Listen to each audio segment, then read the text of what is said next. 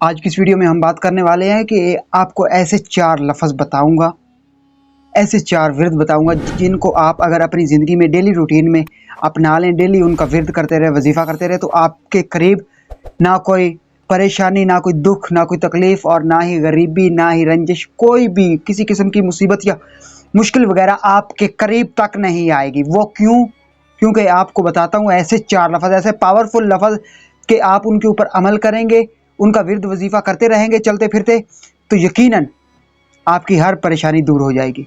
تو چلتے ہیں آج کی اس ویڈیو میں اور آپ کو بتاتے ہیں کہ آپ نے وہ 4 لفظ کون کون سے ہیں اور کیسے پڑھنے۔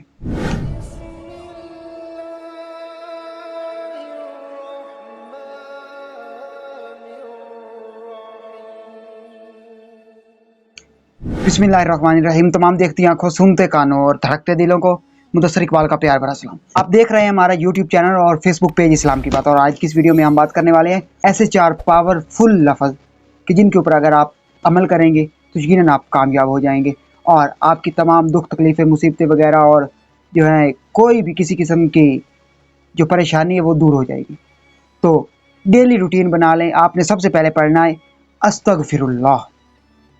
اگر آپ استغفر اللہ پڑھتے رہیں گے، استغفر اللہ کا ورد کرتے رہیں گے، تو حدیث مبارکہ میں بھی آتا ہے کہ حضور نبی اکرم صلی اللہ علیہ وسلم ڈیلی 70 سے 100 مرتبہ جو ہے وہ استغفر اللہ پڑھا کرتے تھے۔ اور اگر استغفار آپ پڑھیں گے کہ تمام جو مشکلات وغیرہ ہیں، جو مصیبتیں، ان کو دور کر دیا جائے گا، مشکلیں حل ہو جائیں گی۔ اور اگر کسی کو نوکری نہیں مل رہی، کاروبار میں بندش آ گئی، تو وہ بھی اس کے لیے آسانیاں ہی آسانیاں پیدا ہو جائیں گی۔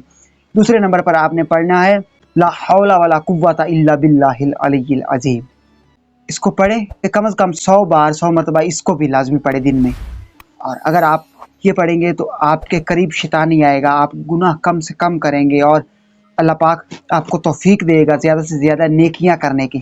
اور اگر آپ اپنی زندگی میں زیادہ سے زیادہ نیکیاں کرنے لگ پڑے، اس طرح کے ورد وظیفے آپ کرنے لگ پڑے اپنی ڈیلی روٹین میں، تو اللہ پاک آپ کے لیے جو ہے وہ تمام مشکلات جو ہے وہ ان کو دور کر دے گا، مصیبتیں جو ہیں وہ دور ہو جائیں گی، مشکلات حل ہو جائیں گی۔ تیسرے نمبر پر آپ نے پڑھنا ہے حسبنا اللہ و نعم الوکیل۔